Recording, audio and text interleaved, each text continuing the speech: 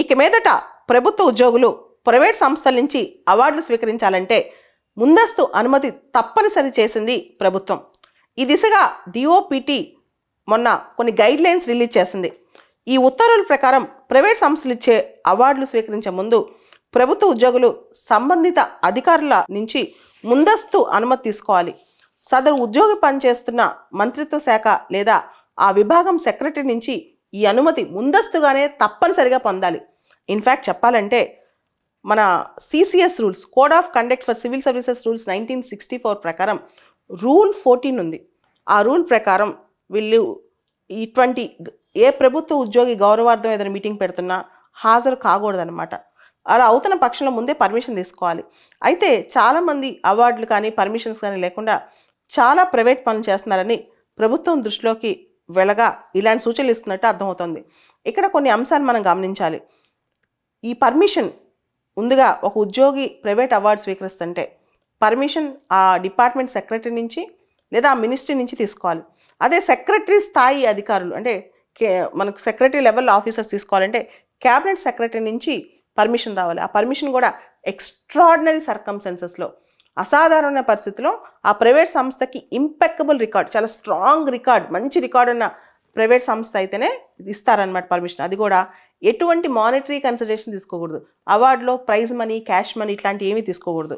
అయితే అవార్డుల విషయంలో ప్రస్తుత ప్రభుత్వం చాలా కఠినంగా ఉంటుందంట.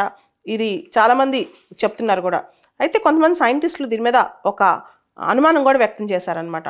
ముఖ్యంగా ఇన్ఫోసిస్ ఫౌండేషన్ వాళ్ళు ఇన్ఫోసిస్ సైన్స్ ఫౌండేషన్ ప్రైజ్ అని చెప్పి 6 రంగాల్లో ప్రైజెస్ ఇస్తారు. Engineering and computer science, humanities, life sciences, maths, physics, social service వీటన్నిటిలో.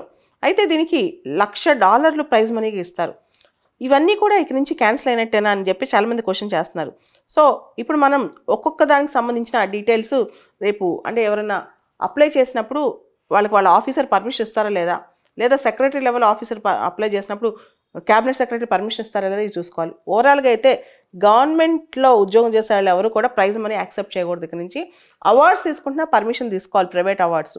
రెండోది మీరు గమనిస్తే కనుక రీసెంట్గా సైన్స్ అవార్డ్స్ని చాలా వాటిని రీస్ట్రక్చర్ చేస్తుంది గవర్నమెంట్.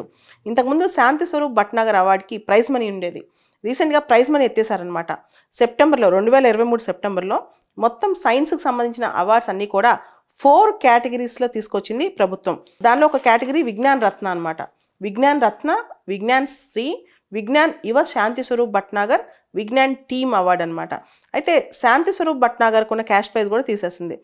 ఇక నుంచి కూడా ప్రభుత్వ కార్యదర్శులు, సెక్రటరీ లెవెల్ ఉన్న అధికారులు క్యాబినెట్ సెక్రటరీ లెవెల్లో పర్మిషన్ తీసుకోవాలి. మిగతా ఉద్యోగులు వాళ్ళ డిపార్ట్మెంట్ సెక్రటరీస్ నుంచి, మంత్రిత్వ శాఖ నుంచి పర్మిషన్ తీసుకోవాలి. ఆ పర్మిషన్ కూడా కష్టమే రావటం.